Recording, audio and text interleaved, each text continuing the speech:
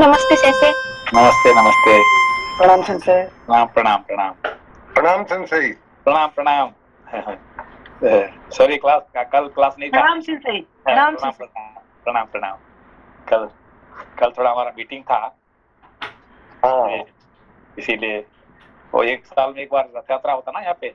हाँ हाँ हाँ। तो अभी लास्ट ईयर भी बड़ी से नहीं किया था, बड़ा नहीं किया था, छोटा सा कर दिया था। हाँ और इस बार ये कोविड भी कोविड के चक्कर में नहीं हो पाया। बाहर नहीं कर पाए। हाँ, और इस साल भी लगता है कि छोटे से ही काम कर देंगे। फिर भी जापान में Sensei it's matter of proud और भी यस कि एटलीस्ट जापान में रथ यात्रा ऑर्गेनाइज करा लेते हैं। बड़े देखिए भगवान ने हमको शरीर दिए हैं, है कि नहीं? कुछ तो दिए तो कुछ तो उसके हिसाब से तो हमको कुछ करना पड़ेगा ना, है कि देने नहीं? से बहुत ही गर्व की बात है संजय। अपने देश में जहाँ अपने लोग रहते हैं वहाँ हो नहीं पाता है। और में एक बहुत बड़ी उपलब्धि है ये। नहीं, जो एक्चुअली क्या है कि ये करीब करीब 17-18 साल पहले की बात है। हाँ जो कुछ एक ग्रुप है और हाँ। उन लोग हमको बुलाए कि आप हमारे साथ हमारे ग्रुप में आइए। अच्छा मैंने क्या करूं? हम पीने जाएंगे, मैं तो पीता नहीं हूँ, फिर मैं क्या करूं, है कि नहीं? तो आप ये हमसे थोड़ा बात करिए। मैं क्या बात करें, है कि नहीं? ऐसे करते मैंने कहा कुछ पूजा पाठ करो, कुछ ये करो, हम आएंगे आपके साथ, है कि नहीं? कहते कि हम जापान का पूजा पाठ करने के लिए आए हैं क्या? यहाँ पे हम यहाँ पे हम आए, पैसा बनाएंगे, मौज करेंगे, है कि नहीं? मैंने फिर मुझे क्यों बुला रहे हैं, है कि नहीं? फिर मुझे क्यों बुला रहे हैं फिर आप अपना पर ऐसे करते करते उनका ये सब आगे रास्ता पे तो शुरू किए उन्होंने, है कि नहीं? तो भगवान जगन्नाथ जी की कृपा है संसई। हाँ, नहीं, सबसे पहला हमने किया है वहाँ पे सरस्वती पूजा, ठीक है ना? वाह वाह। वो सरस्वती पूजा में लोपा जी वहाँ पे आए हैं फर्स्ट टाइम। अच्छा अच्छा अच्छा। तो हमने सरस्वती पूजा करवाया और सरस्वती माता ने भेजा लोपा जी को वहाँ पे पहली बार। ये माँ सरस्वती ने एक दूसरी सरस्वती भेज दी संसई के सेवा में। फिर वहाँ से गंगा माता आई है कि नहीं? कृपा बहुत ही अपरंपार है साहब। चलिए, thank you sir. Okay, thank you. प्रणाम सेंसे। शुरू करते हैं। प्रणाम सर। प्रणाम प्रणाम। Page number 116। शायद लास्ट श्लोक नहीं पढ़े थे। 19। हाँ। देवता लोग आश्चर्य। अच्छा, ये अपना अनिल जी, हाँ आप इस बार कुछ आर्टिकल वगैरह करना, इस बार तो छपा ही नहीं होगा कितना जो इसमें मैगजीन, मगर उसमें इसमें आएगा, क्या कहते हैं,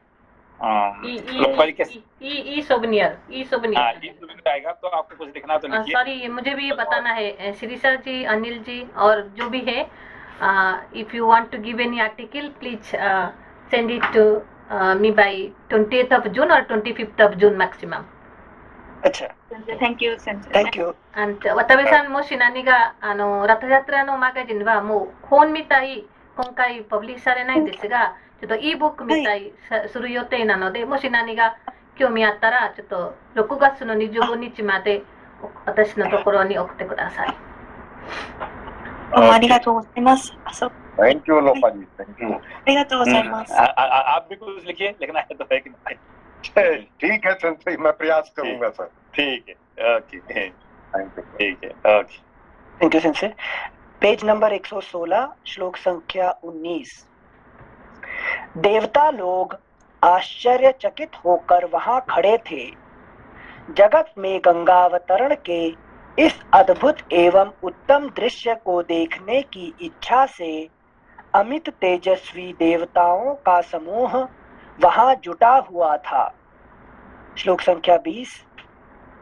तीव्र गति से आते हुए देवताओं तथा उनके दिव्य आभूषणों के प्रकाश से वहां का मेघ रहित निर्मल आकाश इस तरह प्रकाशित हो रहा था मानो उसमें सैकड़ों सूर्य उदित हो गए हों।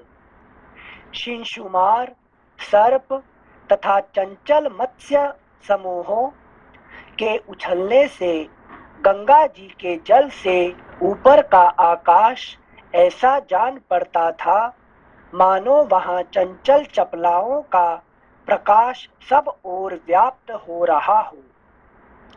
वायु आदि से सहस्रों टुकड़ों में बंटे हुए फेन आकाश में सब ओर फैल रहे थे, मानो शरद ऋतु के श्वेत बादल अथवा हंस उड़ रहे हों।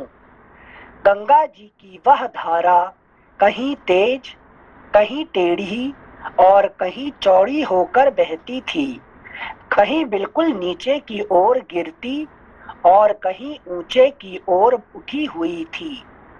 कहीं समतल भूमि पर वह धीरे धीरे बहती थी और कहीं कहीं अपने ही जल से उसके जल में बारंबार टक्करें लगती रहती थी। गंगा का वह जल बार बार ऊंचे मार्ग पर उठता और पुनः नीची भूमि पर गिरता था। आकाश से भगवान शंकर के मस्तक पर तथा वहां से पृथ्वी पर गिरा हुआ वह निर्मल एवं पवित्र गंगा जल उस समय बड़ी शोभा पा रहा था। उस समय भूतल निवासी ऋषि और गंधर्व यह सोचकर कि भगवान शंकर के मस्तक से गिरा हुआ यह जल बहुत पवित्र है, उसमें आचमन करने लगे। जो शाप भ्रष्ट होकर आकाश से पृथ्वी पर आ गए थे, वे गंगा के जल में स्नान करके निष्पाप हो गए तथा उस जल से पाप धुल जाने के कारण पुनः शुभ पुण्य से संयुक्त हो आकाश में पहुंचकर अपने लोकों को पा गए। उस प्रकाशमान जल के संपर्क से आनंदित हुए संपूर्ण जगत को सदा के लिए बड़ी प्रसन्नता हुई। सब लोग गंगा में स्नान करके पापहीन हो गए। हम पहले बता आए हैं कि राजर्षि महाराज भगीरथ दिव्य रथ पर आरूढ़ हो आगे आगे चल रहे थे और गंगा जी उनके पीछे पीछे जा रही थीं।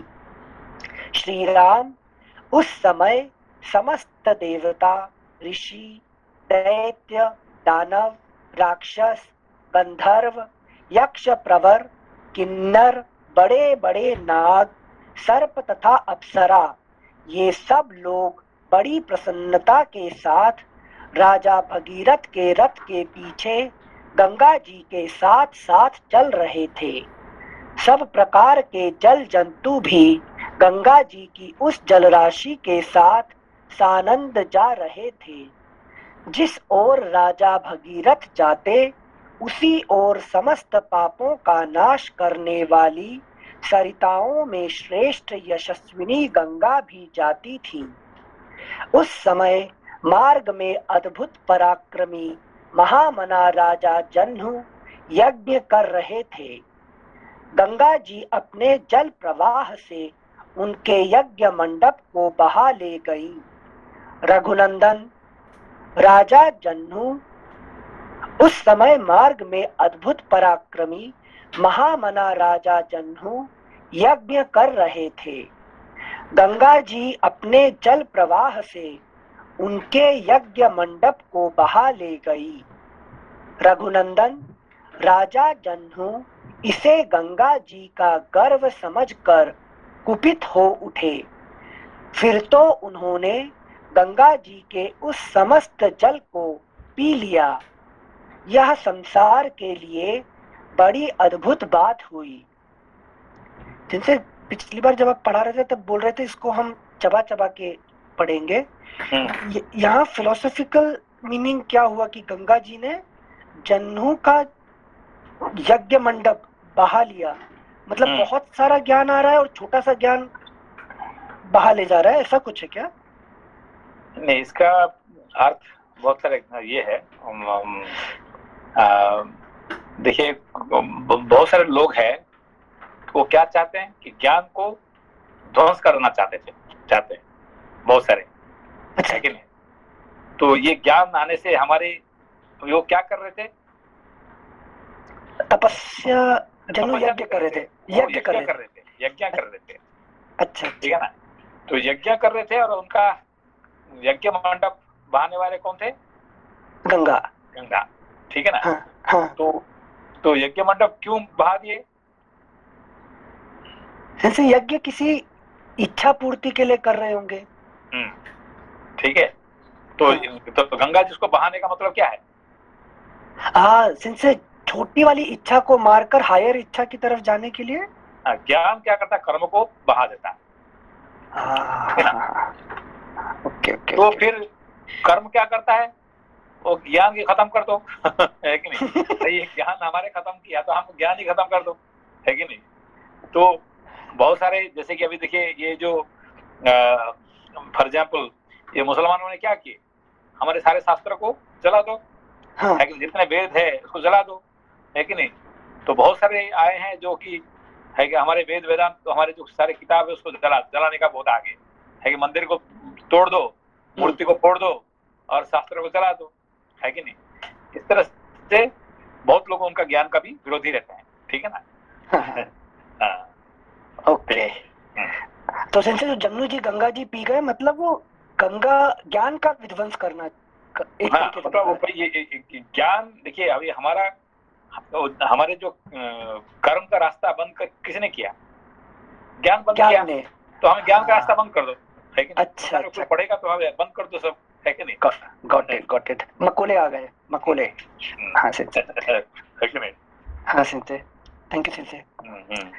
श्लोक संख्या 34।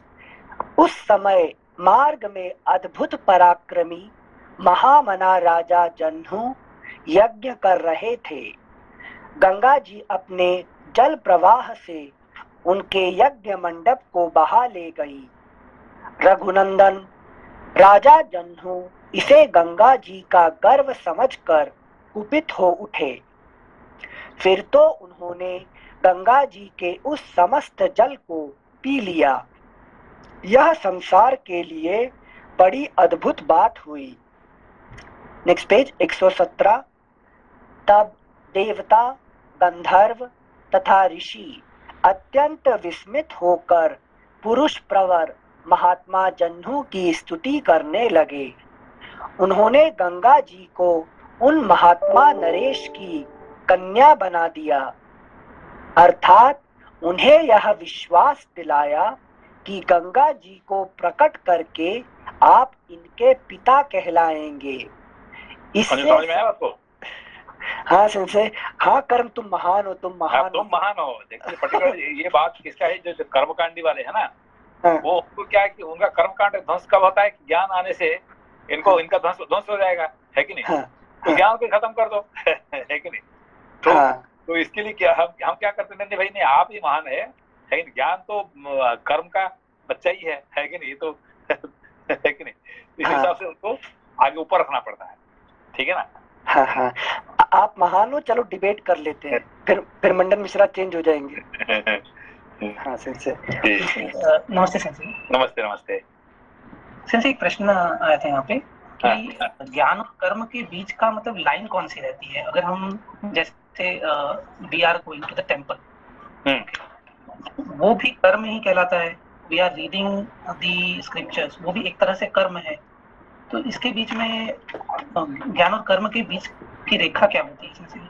नहीं, जो रीडिंग द बुक, ये कर्म क्या हुआ है? क्या कर्म हुआ है? रीडिंग मतलब एक फॉर्मल वे में तो ये कर्म ही है ना। मैं कुछ कर्म कर रहा हूँ, मैं पढ़ रहा हूँ, I am reading, I am trying to understand it. कर्म का परिभाषा क्या है? What is the definition of karma? हाँ सेंसे, वही समझना था मुझे कि कर्म मतलब जो करने के बाद आपको कुछ मिलता है, उसका बदले में कुछ मिलता है, उसको कर्म कहते हैं, ठीक है ना। आपने ऑफिस में कर्म किया, उसके बदले में आपको सैलरी मिला, ठीक है ना। आपने बैठ के फ्री में क्या कर्म करके आए हैं क्या? है कि नहीं। वहां पे कर्म करने से आपको सैलरी मिलता है, ठीक है ना। तो सैलरी के लिए आप कर्म करते हैं, ठीक है ना। तो घर में आके रसोई करते हैं, क्यों? उसमें से आपको खाना मिलता है, आपको कपड़ा धोने से कपड़ा, आपको जो भी कर्म करते हैं उसके बदले में कुछ आपको मिलता है, ठीक है ना। तो इसको कर्म कहते हैं, ठीक है ना। तो जो ज्ञान कर्म का ये नहीं है कि नहीं। ज्ञान कर्म से नहीं मिलता है, ठीक है ना। अच्छा अच्छा। मतलब जिसका उद्देश्य, जिस कर्म का उद्देश्य सिर्फ ज्ञान प्राप्त करना है, वो कर्म नहीं होगा जिसका उद्देश्य सिर्फ ज्ञान प्राप्त करना है, rather than any materialistic benefit out of it। अरे कुछ भी मिलता है तो मतलब जैसे कि हमने यज्ञ करने से हमको स्वर्ग मिलता है, ठीक है ना, वो फिर कर्म हो गया। अच्छा लेकिन ज्ञान से ये नहीं होता, कुछ नहीं मिलता आपको, ठीक है ना। जी sir, thank you sir. Thank you sir. श्लोक संख्या 37-38। उन्होंने गंगा जी को उन महात्मा नरेश की कन्या बना दिया, अर्थात उन्हें यह विश्वास दिलाया कि गंगा जी को प्रकट करके आप इनके पिता कहलाएंगे। इससे सामर्थ्यशाली महातेजस्वी जह्नु बहुत प्रसन्न हुए और उन्होंने अपने कानों के छिद्रों द्वारा गंगा जी को पुनः प्रकट कर दिया।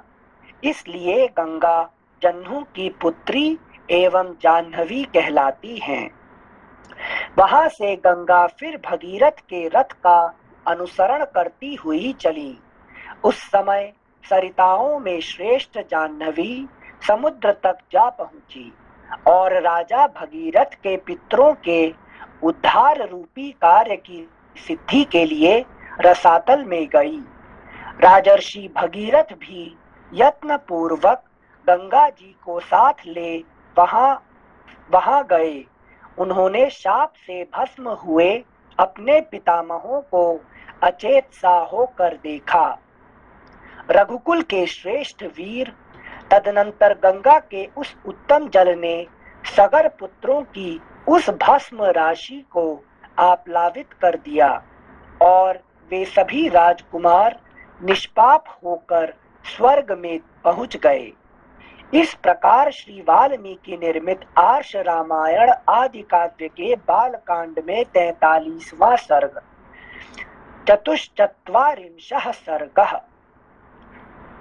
ब्रह्मा जी का भगीरथ की प्रशंसा करते हुए उन्हें गंगा जल से पितरों के तर्पण की आज्ञा देना और राजा का वह सब करके अपने नगर को जाना। गंगावतरण के उपाख्यान की महिमा। श्री राम इस प्रकार गंगा जी को साथ लिए राजा भगीरथ ने समुद्र तक जाकर रसातल में, जहां उनके पूर्वज भस्म हुए थे, प्रवेश किया। वह भस्म राशि जब गंगा जी के जल से आप्लावित हो गई, तब संपूर्ण लोकों के स्वामी भगवान ब्रह्मा ने वहां पधार कर राजा से इस प्रकार कहा। नरश्रेष्ठ, महात्मा राजा सगर के 60,000 पुत्रों का तुमने उद्धार कर दिया। अब वे देवताओं की भांति स्वर्ग लोक में जा पहुंचे। भूपाल, इस संसार में जब तक सागर का जल मौजूद रहेगा, तब तक सगर के सभी पुत्र देवताओं की भांति स्वर्ग लोक में प्रतिष्ठित रहेंगे।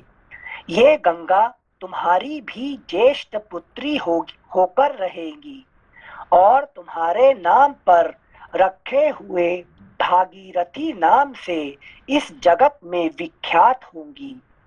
त्रिपथगा, दिव्या और भागीरथी, इन तीनों नामों से गंगा की प्रसिद्धि होगी। ये आकाश, पृथ्वी और पाताल तीनों पथों को पवित्र करती हुई गमन करती हैं, इसलिए त्रिपथगा मानी गई हैं। नरेश्वर महाराज। तो नमस्कार। नमस्कार। नमस्कार। क्या हम जैसे भगीरथ जी गंगा जी को लेके आए हैं और 60,000 जो उनके क्या नाम पूर्वज से वो भस्म हो गए सारे के सारे, तो ज्ञान अग्नि जब आती है तो हमारी जो इच्छाएं 60,000 इच्छाएं वो सारी खत्म हो जाती हैं सर, इसका ये मतलब? हाँ, हमारे जो 60,000 जो हमने जो कर्म किए थे अभी तक, ये सब कर्म तो ज्ञान के द्वारा उसको क्या हो जाता है कि वो उसका उद्धार हो जाता है। हमने जो पाप उसका मतलब जो पाप कर्म किए थे, 60,000 पाप कर्म किए थे, ये सारे 60,000 पाप कर्म जो है उसको वो खत्म हो जाता है ज्ञान के द्वारा, ठीक है ना। गंगा जी के द्वारा ये खत्म होता है कि नहीं। तो 60,000 हमने जो अभी तक जो पाप कर्म किए हैं, है कि नहीं, जो समुद्र खोद दिए मतलब यदि इतने पाप किया हमने किया है कि समुद्र खुदने के बराबर हो गया, ठीक है ना, जी, तो उसका कैसे उसका उद्धार होगा कि गंगा जी का है कि नहीं, गंगा जी का जल से वो पवित्र होगा, ठीक है ना। तो गंगा जी का जल क्या होता है, ज्ञान गंगा, ज्ञान के द्वारा वो उसका पवित्र हो जाता है, वो खत्म हो जाता है जो हमारा पाप कर्म। जी जी, ये एक रास्ता है सर ज्ञान का ना सर। हाँ, सिर्फ ज्ञान के रास्ता से ही, इसीलिए देखिए ये जो बता रहे थे कि इनका सगर, महाराजा सगर भी चाहते थे कि उनको उद्धार करने के लिए, किसको, 60,000 नहीं कर पाए। नहीं, फिर उनका तो लड़का जो था वो तो ऐसे ही पागल था, वो तो चला गया उसपे। उसके बाद अंशुमान आया, वो भी चाहता था, मगर वो कितने बहुत सारे कर्म किया, कर्म से कुछ नहीं हुआ है। दिलीप भी बहुत यज्ञ किया, यज्ञ से कुछ नहीं हुआ। उसका मतलब दिखा रहे हैं कि जितने यज्ञ किया, जितने कर्म किया, जितने जप किया, किसी से भी ये 60,000 का किसी का भी इनका कुछ भी उद्धार नहीं हुआ। सिर्फ जब भगीरथ ज्ञान को लेके आया है कि नहीं, तो गंगा का जल से ही ये 60,000 लोगों ने स्वर्ग को गए और पवित्र हो गए, ठीक है ना। ठीक है sir, thank you sir, thank you Anil ji. Anil, समझ में आया ये बात? हाँ भैया, समझ में आया सेंसे। Thank you sense. श्लोक संख्या 7। नरेश्वर महाराज, अब तुम गंगा जी के जल से यहाँ अपने सभी पितामहों का तर्पण करो और इस प्रकार अपनी तथा अपने पूर्वजों द्वारा की हुई प्रतिज्ञा को पूर्ण कर लो। राजन, तुम्हारे पूर्वज धर्मात्माओं में श्रेष्ठ महायशस्वी राजा सगर भी गंगा को यहाँ लाना चाहते थे, किंतु ये कह रहे कि गंगा कौन कौन चाहते थे, है कि सगर जी भी वही चाहते थे, मगर वो कुछ नहीं कर पाए। क्यों नहीं कर पाए? वो चाहते थे यज्ञ करके, कर्म करके उसको हमें गंगा जी को ले आएंगे, वो नहीं होगा, है कि यही बता रहे हैं अभी यहाँ पे। जी जी, थैंक यू सेंसे। राजन, तुम्हारे पूर्वज धर्मात्माओं में श्रेष्ठ महायशस्वी राजा सगर भी गंगा को यहाँ लाना चाहते थे, किंतु उनका यह मनोरथ नहीं पूर्ण हुआ। वो भी कह रहे हैं क्या धर्मात्मा में श्रेष्ठ थे, वो साधारण मनुष्य नहीं थे, वो भी धर्मा में श्रेष्ठ थे, बहुत धर्म किए, अश्वमेध यज्ञ करे, है कि नहीं, तो बहुत धर्मात्मा थे, मगर उनको उद्धार नहीं कर पाए। ये कहना चाहते हैं, है कि नहीं। कितने धर्म कर्म कर लो, ये उद्धार नहीं होगा। हमारे जो कर्म की हुई कर्म, उसका पाप कर्म से उद्धार नहीं होगा, सिर्फ ज्ञान ही उद्धार कर सकती है, यहाँ पे कहना है। यहाँ पे ये बहुत बड़े ये सूत्र है, बहुत इंपॉर्टेंट है ये, ठीक है ना। जैसे इससे एक रिलेटेड क्वेश्चन अगर पूछ सकते हैं यहाँ पे, तो जैसे विश्वामित्र जी पहले राजा थे, राजर्षि बने, महर्षि बने, फिर ब्रह्मर्षि बने। ये जो स्टेजेस है 3, ये क्या अंशुमान, दिलीप, भगीरथ इससे रिलेटेड है क्या? अभी दो तीन चैप्टर के बाद वही कहानी आ रहे हैं, है कि नहीं। अभी वही यही बात जो है ना, है कि नहीं, ये विश्वामित्र जी खुद नहीं कहेंगे ना, उनका कहानी को थोड़ी कहेंगे, है कि नहीं। वो आल्या का जो बेटा है सतानंद, मालूम है ना, आल्या मालूम है ना, आल्या गौतम। आल्या मालूम है, इससे बेटा नहीं मालूम। उनका आल्या का जो एक बेटा है उसका नाम है सतानंद। अच्छा, वो जनक जी का राज पुरोहित है, ठीक है ना। वही भी सीता का स्वयंवर, सीता राम जी का शादी करवाया था वही, ठीक है ना। अच्छा, तो वही पुरोहित है, ठीक है ना। और वही वो राम जी को कहेगा कि भाई ये कैसे कैसे, है कि नहीं, क्या क्या किए थे विश्वामित्र जी, वो उनका कहानी वो बताएगा फिर, है कि नहीं। ओके ठीक है। श्लोक संख्या 10, पेज नंबर 118। वत्स, इसी प्रकार लोक में अप्रतिम प्रभावशाली, उत्तम, गुण विशिष्ट, महर्षि तुल्य तेजस्वी, मेरे समान तपस्वी तथा क्षत्रिय धर्म परायण राजर्षि अंशुमान ने भी गंगा को यहाँ लाने की इच्छा की। और देखिए इनके बारे में क्या कह रहे हैं, लेकिन ये राजर्षि थे, ये भी बहुत ये किए थे, है कि नहीं। तो इतने करने के बाद भी वो कुछ नहीं कर पाए, है कि नहीं। तो कितने कर्म कर लो, कितने धर्म कर्म कर लो, इससे तुम्हारा मुक्ति नहीं होने वाला है, ये यहाँ पे कहने का, है कि नहीं। थैंक यू वत्स, इसी प्रकार लोक में अप्रतिम प्रभावशाली, उत्तम गुण जैसे वो जन्म वाला जो बताया था, उसमें से एक प्रश्न था किसी से, ये जो ब्रह्मा जी ने आके बीच में जो निगोशिएट किया कि इसको पुत्र रूप में स्वीकार कर लो गंगा जी को, और फिर उन्होंने उसको प्रवाहित होने दिया, तो ये सेंस मतलब अच्छे लेवल का निगोशिएशन है जो ब्रह्मा जी ने बताया और जन्नू जी ने मान लिया, इसमें क्योंकि दोनों की विजय हो जाती है जी। हाँ, क्योंकि देखिए ज्ञान कर्म का तो बिना कर्म से हमारा कुछ होने वाला नहीं है, कर्म का तो जरूरी है, ठीक है ना, बिना कर्म से ये नहीं होने वाला है कि नहीं। कर्म तो आगे तो जो होगा मतलब इम्पोर्टेंट है कि नहीं, मगर कर्म से आपका मुक्ति नहीं होने वाला है, मुक्ति सिर्फ ज्ञान से ही होगा, ठीक है। मगर बिना कर्म से आप जी नहीं सकते हैं, है कि नहीं, जिंदगी भर आपको कर्म के साथ ही रहना पड़ेगा, है कि नहीं, है कि नहीं। अभी आप पढ़ रहे हैं, कोई कर्म आ गया, क्या करना पड़ेगा, भाई छोड़ के जाना पड़ेगा। तो कर्म और ज्ञान साधारण मनुष्य के लिए कर्म तो बहुत इंपॉर्टेंट है कि नहीं जी। तो हाँ अच्छा, तो सेंसे इसमें कैसे बैलेंस स्थापित कर सकते हैं वही नहीं, आपको पहले निश्चित करना पड़ेगा कि आपके लिए कर्म एक नंबर है कि ज्ञान एक नंबर है, कौन सा एक नंबर है कि नहीं, आपको पहले ही निश्चित करना पड़ेगा, है कि नहीं। तो आप कहेंगे भाई कर्म एक नंबर है, तो फिर तो आप बड़े सक्सेसफुल हो जाएंगे, पैसा बना देंगे, नाम कर कमा देंगे, सब कुछ कर देंगे, मगर मुक्ति आपके लिए थोड़ा लंबा चक्कर पड़ जाएगा, ठीक है ना। तो आप ज्ञान को एक नंबर कर लेंगे तो फिर क्या होगा, मुक्ति तो होगा ही होगा, और कर्म मार्ग में भी आप सर्वश्रेष्ठ हो जाएंगे, इसमें भी आपका क्षति नहीं होगा, और भी ऊपर रहेंगे, यही ये कहते हैं, लेकिन आगे नेक्स्ट चैप्टर में आएगा विश्वामित्र और वशिष्ठ का कहानी आएगा, ठीक है ना। तो विश्वामित्र कौन थे, सम्राट थे, और वशिष्ठ कौन थे, एक साधारण सन्यासी थे, ठीक है ना। तो जो काम विश्वामित्र नहीं कर पाए वो काम करके दिखाए वशिष्ठ, है कि नहीं। इतने आदमी को खाना खिलाना पिलाना सब कुछ कैसे कर दिए ना, ये उनका। तो ये कहते हैं कि तुम जो क्षत्रिय का बल जो है तुम्हारा, उससे ब्राह्मण का बल उससे बहुत ज्यादा है कि नहीं, समझ में। तो इसीलिए आप ज्ञान को पकड़ेंगे तो कर्म अपने आप हो जाएगा, ठीक है ना। हाँ जी sir, thank you sir. Thank you sir. श्लोक संख्या 10।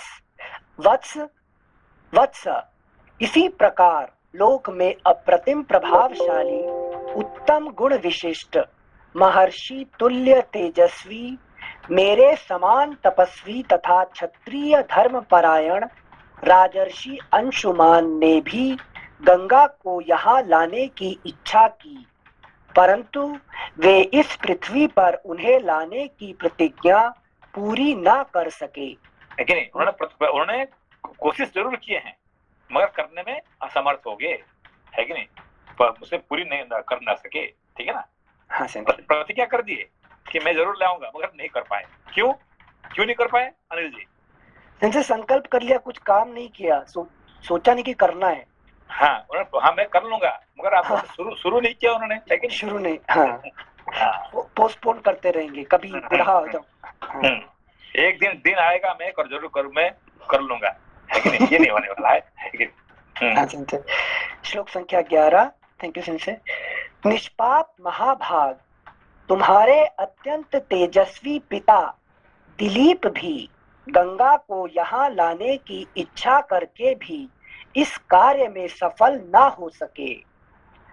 पुरुष प्रवर, तुमने गंगा को भूतल पर लाने की वह प्रतिज्ञा पूर्ण कर ली, इससे संसार में तुम्हें परम उत्तम एवं महान यश की प्राप्ति हुई है। लेकिन इसीलिए तुम्हारे पूरा सूर्य वंश में तुम्हारे जैसे कोई राजा ना हुआ था ना होने वाला है कि नहीं, इतने महान हो गए तुम। क्यों? तुमने सब कुछ छोड़ दिया, राजकर्म छोड़ दिया, परिवार को छोड़ दिया, सब कुछ छोड़ दिया, बस तुम लग गए, है कि गंगा जी को लाने का चक्कर है और करके दिखाया, ठीक है ना। इसीलिए तुम्हारे जैसे महान कोई नहीं हुआ। Thank you sincere. श्लोक संख्या 13। शत्रु दमन, तुमने जो गंगा जी को पृथ्वी पर उतारने का कार्य पूरा किया है, इससे उस महान ब्रह्मलोक पर अधिकार प्राप्त कर लिया है जो धर्म का आश्रय है। नरश्रेष्ठ पुरुष प्रवर, गंगा जी का जल सदा ही स्नान के योग्य है।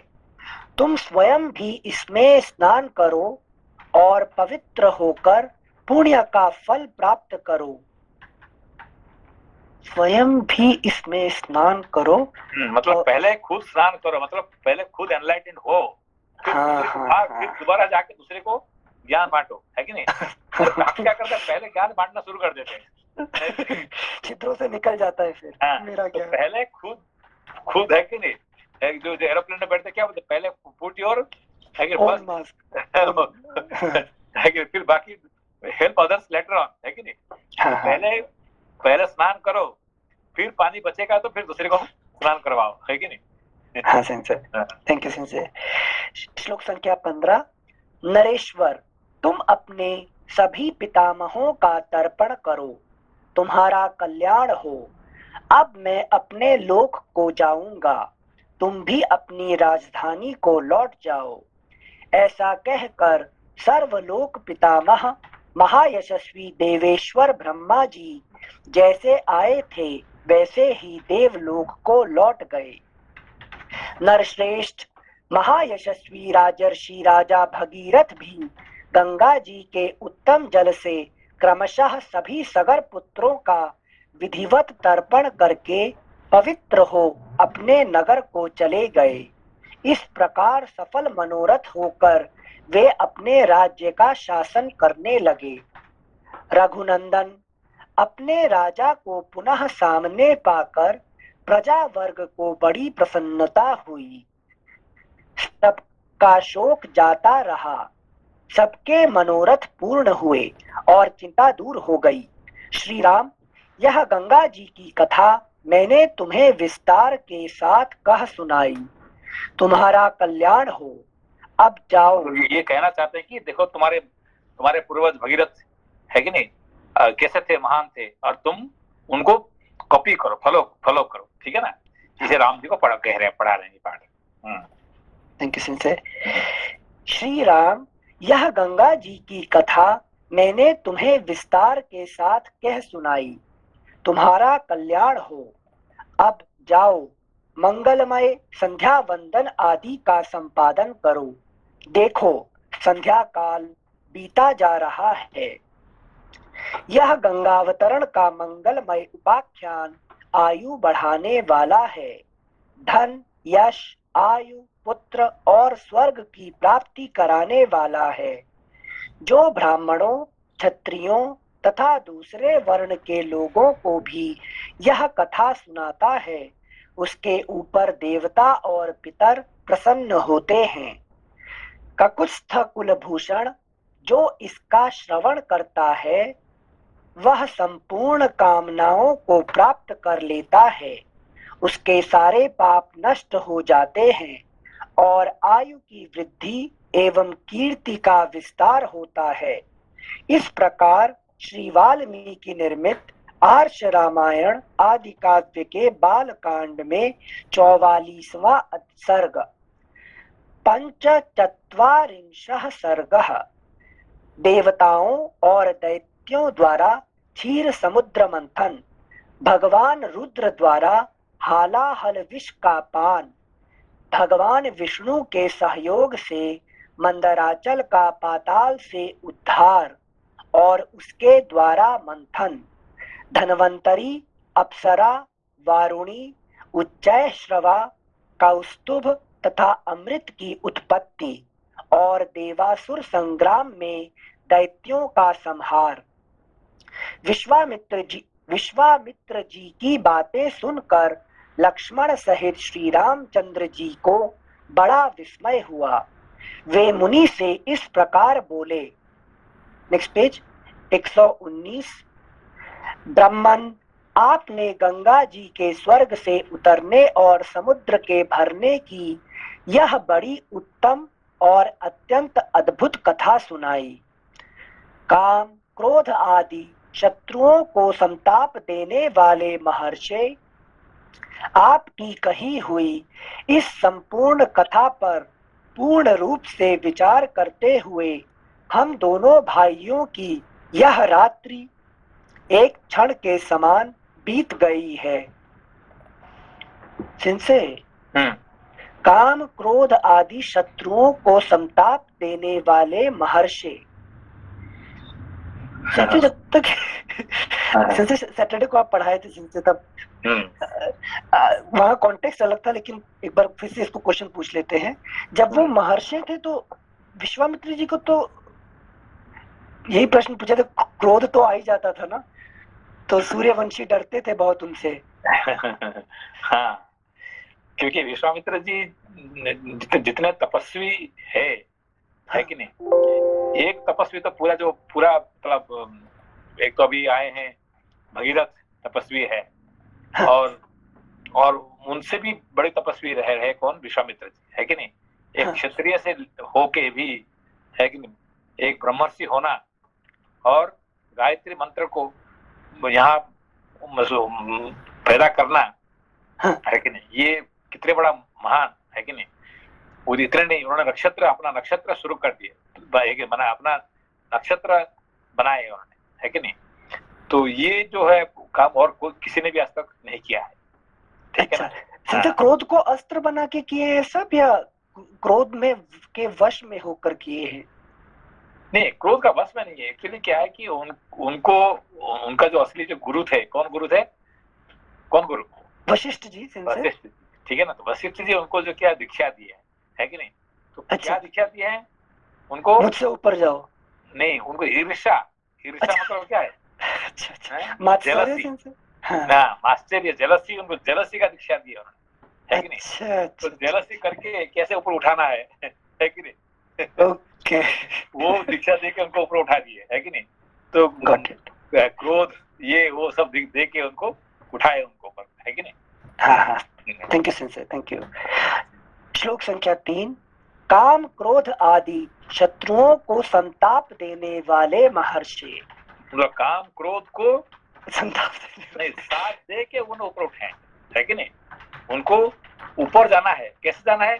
काम क्रोध को सहारा दे के, ठीक है ना। अच्छा, संसे मेरा संताप मतलब वो भी डरते हैं, क्रोध भी उनसे डरता है सब, है कि नहीं। मतलब हम लोग क्रोध से डरते हैं, इससे क्रोध डरता है। Thank you sincere. काम क्रोध आदि शत्रुओं को संताप देने वाले महर्षि, आपकी कही हुई इस संपूर्ण कथा पर पूर्ण रूप से विचार करते हुए हम दोनों भाइयों की, जैसे भगवान शिव जी आते हैं, उनको तुम्हारा तपस्या में मैं संतुष्ट हो गया, ठीक है ना। अब मांगो, क्या मांगना है ना मुझे, है कि नहीं। तो ठीक है, अब आज से आप राजर्षि बन गए। कौन बोल रहे हैं? भगवान शिव कहते हैं कि आप राजर्षि बन गए। अरे आपने क्या दिया मुझे? ये क्या देने का चीज है क्या? मैंने आपको क्या मांगा था, आपने दिया क्या, है कि नहीं। मुझे नहीं चाहिए, है कि नहीं। भगवान शिव जी को कहते हैं मुझे ही नहीं चाहिए, है कि नहीं। कि राजर्षि लेकर मैं क्या करूं? ब्रह्मर्षि चाहिए मुझे, तो आपके पास रख लो उसको, है कि नहीं। तो ये भगवान शिव जी के प्रति आप क्रोध करते हैं, है कि नहीं। अपना पास रखो, मुझे नहीं चाहिए तुम्हारा राजर्षि, है कि नहीं। ये करने के लिए, है कि तपस्या करने के लिए। Thank you sincere. काम क्रोध आदि शत्रुओं को संताप देने वाले महर्षि, आपकी कही हुई इस संपूर्ण कथा पर पूर्ण रूप से विचार करते हुए हम दोनों भाइयों की यह रात्रि एक क्षण के समान बीत गई है। विश्वामित्र जी लक्ष्मण के साथ इस शुभ कथा पर विचार करते हुए ही मेरी यह सारी रात बीती है। तत्पश्चात निर्मल प्रभात काल उपस्थित होने पर तपोधन विश्वामित्र जी जब नित्य कर्म से निवृत्त हो चुके, तब शत्रु दमन श्री रामचंद्र जी ने उनके पास जाकर कहा, मुने, यह पूजनीय रात्रि चली गई, सुनने योग्य सर्वोत्तम कथा मैंने सुन ली। अब हम लोग सरिताओं में श्रेष्ठ पुण्य सलिला त्रिपथगामिनी नदी गंगा जी के उस पार चले, सदा गंगा जी के उस पार चले। जिनसे ज्ञान प्राप्त करने के बाद मुक्ति उस पार चले। अभी फिलहाल अभी आप फिर आ जाइए, मतलब गंगा जी जो फिजिकल गंगा है उसका उस पार जाने का उनका है कि नहीं। ऋषिकेश में अब जाते हैं उस पार जाते हैं कि नहीं जाते हैं, गंगा उस पार। ठीक है, जोग्राफिकली। जोग्राफिकली बात है, ठीक है ना। Okay sir. श्लोक संख्या 7। सदा पुण्य कर्म में तत्पर रहने वाले ऋषियों की यह नाव उपस्थित है, इस पर सुखद आसन बिछा है। आप परम पूज्य महर्षि को यहाँ उपस्थित जानकर ऋषियों की भेजी हुई यह नाव बड़ी तीव्र गति से यहाँ आई है। महात्मा रघुनंदन का यह वचन सुनकर विश्वामित्र जी ने पहले ऋषियों सहित श्री राम लक्ष्मण को पार कराया, क्योंकि अभी राम जी उनका शिष्य है ना विश्वामित्र जी का, ठीक है ना। तो वहां पे देख रहे हैं कि जो विश्वामित्र जी आए हैं तो बाकी जो ऋषि उस गंगा के उस पार जो ऋषि लोग रहते हैं उन लोगों ने इनको नाव भेजे हैं, है कि नहीं, वहां आने के लिए, न्योता देने के लिए, ठीक है ना। तो राम जी कहते हैं कि यहाँ पे जो ऋषि महर्षि आए हैं आपको लेने के लिए नाव लेके आए हैं और आप चलिए, है कि नहीं। हाँ संजय, थैंक यू संजय। तत्पश्चात स्वयं भी उत्तर तट पर पहुंचकर उन्होंने वहां रहने वाले ऋषियों का सत्कार किया। फिर सब लोग गंगा जी के किनारे ठहर कर विशाला नामक पुरी की शोभा देखने लगे। तदनंतर श्री राम लक्ष्मण को साथ ले मुनिवर विश्वामित्र तुरंत उस दिव्य एवं रमणीय नगरी विशाला की ओर चल दिए, जो अपनी सुंदर शोभा से स्वर्ग के समान जान पड़ती थी। उस समय परम बुद्धिमान श्री राम ने हाथ जोड़कर उस उत्तम विशालापुरी के विषय में महामुनि विश्वामित्र से पूछा। यहाँ पे टॉपिक बदल गया, ठीक है ना। अभी गंगा अवतरण अभी खत्म होके अभी दूसरा टॉपिक आ गया, ओके नहीं। अभी यहाँ से एक नया टॉपिक शुरू होने वाला है, ठीक है ना। ये विशाला, इसके बारे में सुनिए, उसके बारे में। Thank you Sanjay, thank you Sanjay. उस समय परम बुद्धिमान श्री राम ने हाथ जोड़कर उस उत्तम विशालापुरी के विषय में महामुनि विश्वामित्र से पूछा। महामुने, आपका कल्याण हो। मैं यह सुनना चाहता हूँ कि विशाला में कौन सा राजवंश राज्य कर रहा है। इसके लिए मुझे बड़ी उत्कंठा है। श्री राम का यह वचन सुनकर मुनि श्रेष्ठ विश्वामित्र ने विशालापुरी के प्राचीन इतिहास का वर्णन आरंभ किया। रघुकुल नंदन श्री राम, मैंने इंद्र के मुख से विशालापुरी के वैभव का प्रतिपादन करने वाली जो कथा सुनी है उसे बता रहा हूँ, सुनो। इस देश में जो वृत्तांत घटित हुआ है उसे यथार्थ रूप से श्रवण करो। अभी क्या किया, अभी इंद्र और विश्वामित्र जी का साथ, वो इंद्र चाहता है कि दोस्ती करे, है कि नहीं। क्यों दोस्ती करे, इंद्र क्यों चाहता है विश्वामित्र से दोस्ती करने के लिए? सिंसे क्योंकि मेनका और रंभा वापस आ जाए। नहीं, वो नहीं है। एक्चुअली क्या है कि इन्होंने भेजा है त्रिशंकु को। अच्छा, स्वर्ग बनाने के लिए अलग सा। नहीं, त्रिशंकु को भेजा, इंद्रपुरी भेजा, ठीक है ना। अच्छा। तो इंद्र ने क्या किया, वो जो पहुंचा है वहां पे उसको धक्का मार के वहां से फेंक दिया वहां से, है कि नहीं। किसको? त्रिशंकु को। कि भाई तुम, है कि नहीं, तुम चंडाल हो गए हैं और तुम्हारा यहाँ पे, है कि नहीं, और फिर मनुष्य का शरीर पे तुम यहाँ आ गए, ये संभव नहीं है। उसको धक्का मार के निकाल दिया।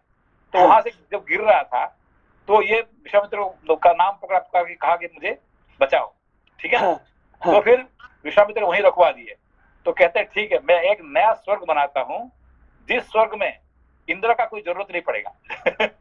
है कि नहीं। इंद्र का बिना एक स्वर्ग बना दूंगा, है कि नहीं। मेरा स्वर्ग में कोई इंद्र नहीं रहेगा, है कि नहीं। तो इंद्र ने कहा कि अरे भाई मेरा तो काम बंद हो जाएगा अभी, है कि नहीं। तो इसीलिए उन्होंने दोस्ती किया उनके साथ, ठीक है। हाँ सिंसे, जॉब लॉस हो गया Indra ji. Thank you sincere. श्लोक संख्या 14। रघुकुल नंदन श्री राम, मैंने इंद्र के मुख से विशालापुरी के वैभव का प्रतिपादन करने वाली जो कथा सुनी है उसे बता रहा हूँ, सुनो।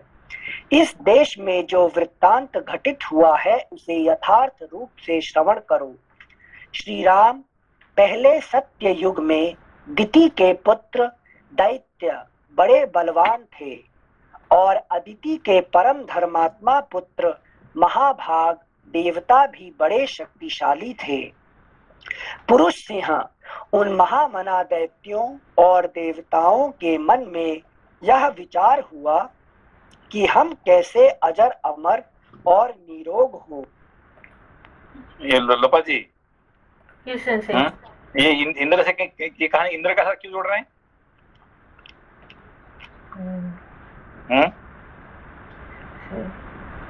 इंद्र ने कहा, इंद्र को इतनी इंपोर्टेंस देने के क्या कारण है?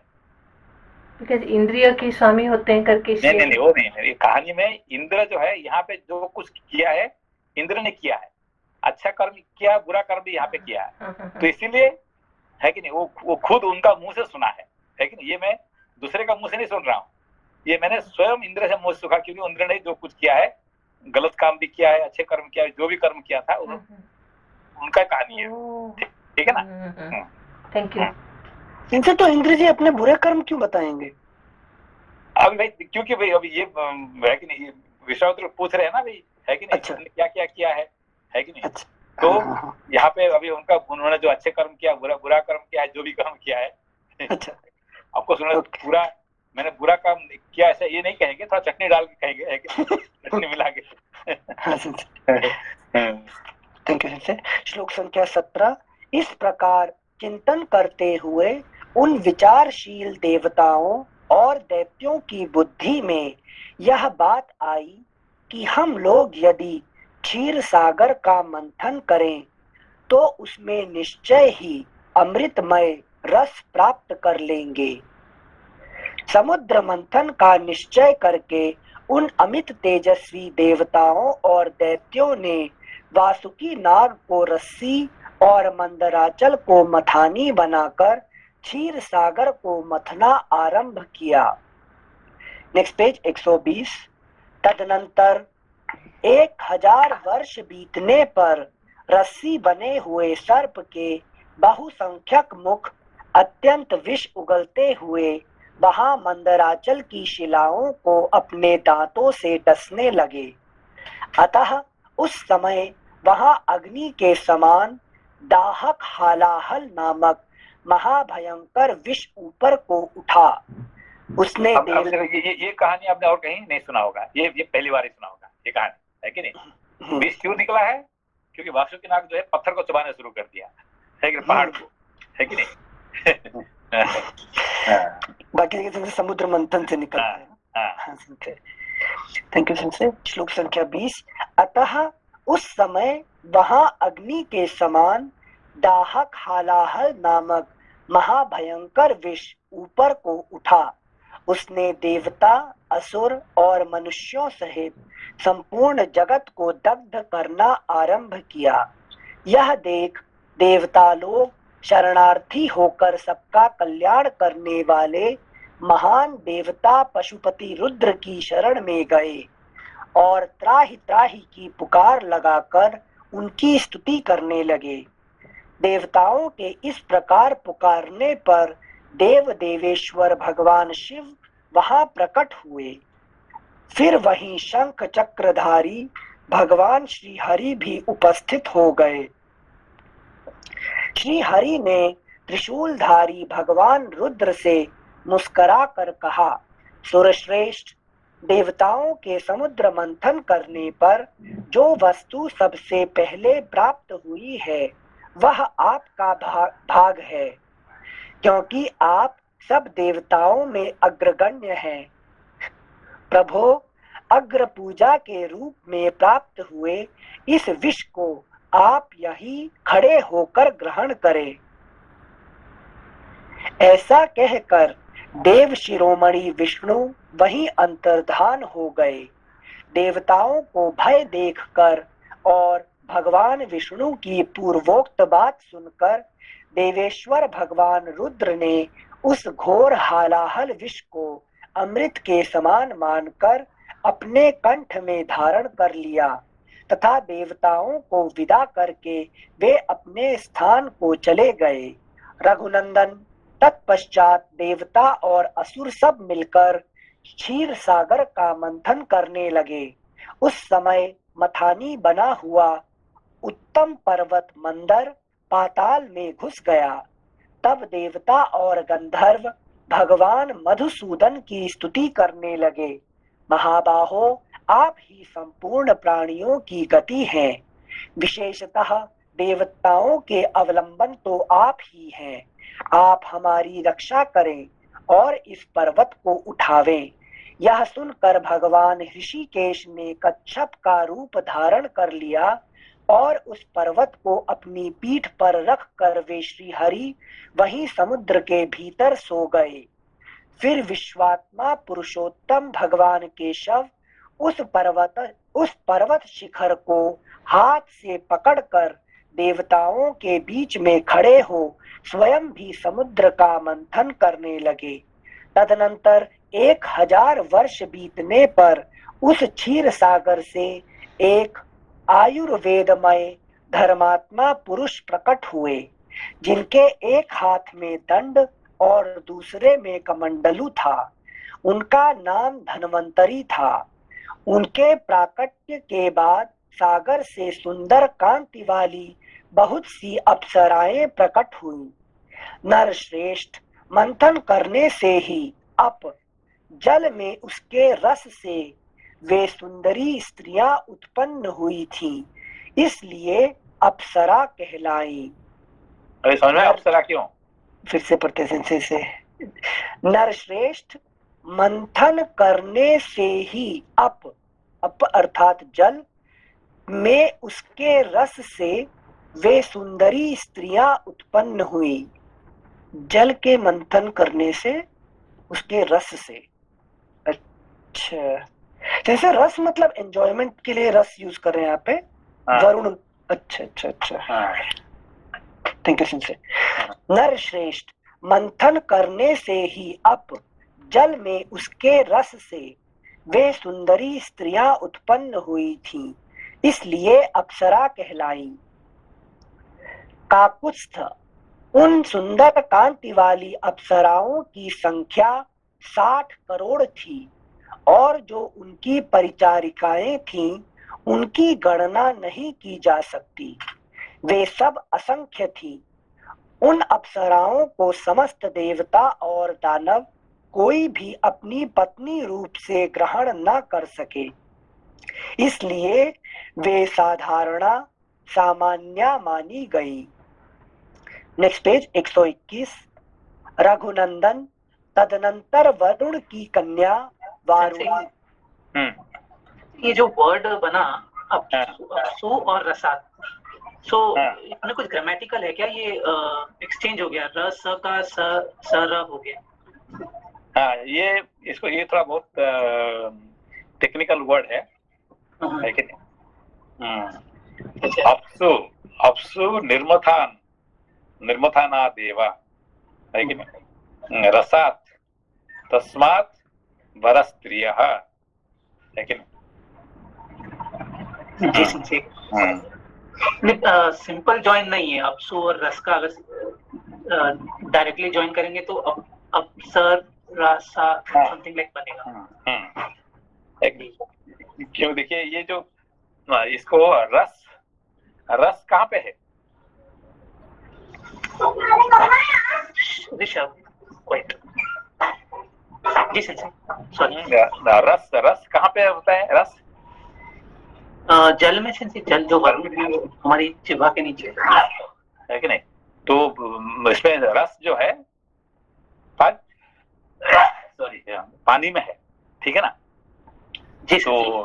तो पानी तो मंथन करने से है कि नहीं, उसका रस निकलता है, ठीक है ना? तो इसलिए अप्सरा है कि नहीं?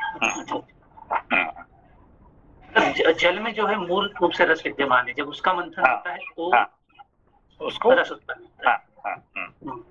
जी सर, ठीक। Thank you sir. एक इसमें नमस्ते भैया जी, एक तो ये मंथन होके सब वहां से निकल रही हैं चीजें जो पहले से ही समुद्र में थी। अब जैसे धन्वंतरी भगवान भी समुद्र में ही थे, तो ये तो बस वहां से निकाल के लेके आ रहे मंथन करके। तो ये एक तो समुद्र में कब गई, और दूसरे इनका जो सीक्वेंस है कि पहले अपना हलाहल आया, फिर धन्वंतरी आए, फिर अप्सराएं, तो ये इसका क्या कोई सीक्वेंस का कोई कारण है कि किस तरह से ऐसे एक एक करके इसी सीक्वेंस में आ रहे हैं? देखिए, ये जो है, ये आप रोज क्या कर रहे हैं संसार में? मंथन कर रहे हैं, ठीक है ना। संसार में क्या कर रहे हैं हम लोग? समुद्र मंथन कर रहे हैं। तो समुद्र मंथन में कौन कौन है? एक होते देवता और एक तरफ से असुर। हाँ जी। असुर और देवता, ये दोनों क्या कर रहे हैं? मंथन कर रहे हैं, ठीक है ना। तो हमारे अंदर में असुर क्या होता है? असुर और देवता कौन कौन है हमारे अंदर? असुर वही होता है कि हमको खाना पीना सोना, ये जो हमारे जो डेली जो चीज है, इसको कहते क्या है? असुर प्रवृत्ति, है कि नहीं। मुझे अभी सुबह से मुझे सोना है, रात को खाना है, मुझे कपड़ा पहनना है, मुझे ये करना, जो हमको जो ये जो क्या जिंदगी जीने के लिए जो जरूरत है, उसको क्या कहते हैं? इसको कहते हैं असुर प्रवृत्ति। और देवता प्रवृत्ति कौन होता है? कि जो अच्छे कर्म करने के लिए, जो हमारे जो जिंदगी में जो कुछ अच्छे करने के लिए, उसको कहते हैं देवता। और ये दोनों का मंथन को कहते हैं। तो दोनों का मंथन होने से पहले क्या होता है? पहले क्या निकलता है? विष निकलता है कि नहीं। पहले करने के लिए जो ना कुछ अच्छे कर्म करो, उससे ही पहले अरे यार कौन करेगा, ये तो हमारे मन का अंदर में एक विष ये होता है। तो उसको हम कौन किसको चाहिए हमको? ना वैराग्य आने से ये वैराग्य को हम समर्पण करना पड़ता है विष को, है कि नहीं। इस तरह से ये जो समुद्र मंथन जो है हमारे जिंदगी में जो रोज मंथन हो रहा है, और इस मंथन चलते रहे तो धीरे धीरे एक करके ये निकलता रहेगा। समझ में आया आपको? हाँ जी, हाँ जी। ये हमारे जिंदगी में जो रोज मंथन होता है इस संसार में, ये संसार में हम क्या कर रहे हैं? हम मंथन कर रहे हैं, है कि नहीं। रोज तो मंथन करने से, है कि नहीं, क्या क्या मिल रहा है? पहले पैसा मिल रहा है कि नहीं। इसमें ये मिल रहा है, जो कुछ धीरे धीरे मिल रहा है, तो रस में मिल रहा है, अप्सरा मिल रहा है, वहां पे आखिरी में क्या मिलता है? सबसे आखिरी में मिलता है अमृत। और अमृत क्या होता है? जो हमारा एनलाइटमेंट हो जाता है, ज्ञान प्राप्ति करके जो आखिरी फाइनल होता है, इसको कहते हैं अमृत, है कि नहीं। हाँ जी। तो इसको सिर्फ देवता को मिलता है और राक्षसों को नहीं मिलता है कि नहीं। ये यहीं पे ये कहानी, यहीं पे ये ऐसे ही कहानी है कि नहीं। कहानी को साथ आपको जोड़ना पड़ेगा। ये मेरे जिंदगी में किसी हिसाब से ये समुद्र मंथन हो रहा है, ठीक है। Thank you sensor. Page number 121, श्लोक संख्या 36। रघुनंदन, तदनंतर वरुण की कन्या वारुणी, जो सुरा की अभिमानिनी देवी थी, प्रकट हुई और अपने को स्वीकार करने वाले पुरुष की खोज करने लगी। वीर श्री राम, दैत्यों ने उस वरुण कन्या सुरा को नहीं ग्रहण किया, परंतु अदिति के पुत्रों ने इस अनिंद्य सुंदरी को ग्रहण कर लिया। अब देखिए, यहाँ पे सुरा जो आया है, ये सुरा दारू की बात नहीं है। ये सुरा यहाँ जो है ना, लोग समझते हैं कि ये सुरा मतलब क्या है? ये अल्कोहल। ये अल्कोहल नहीं है। ये जो हमारे जो सूर असुर कहते हैं, सूर असुर, इसको कहते हैं सूर, ठीक है ना। ये सुरा मतलब यहाँ पे अल्कोहल की बात नहीं है यहाँ पे, ठीक है ना। तो देवताओं ने इसको ग्रहण किया है, इसीलिए वो सूर हो गए। और जो दानव लोगों ने ग्रहण नहीं किए, इसीलिए उनको असुर कहा गया, नहीं ग्रहण किए, है कि नहीं। अच्छा,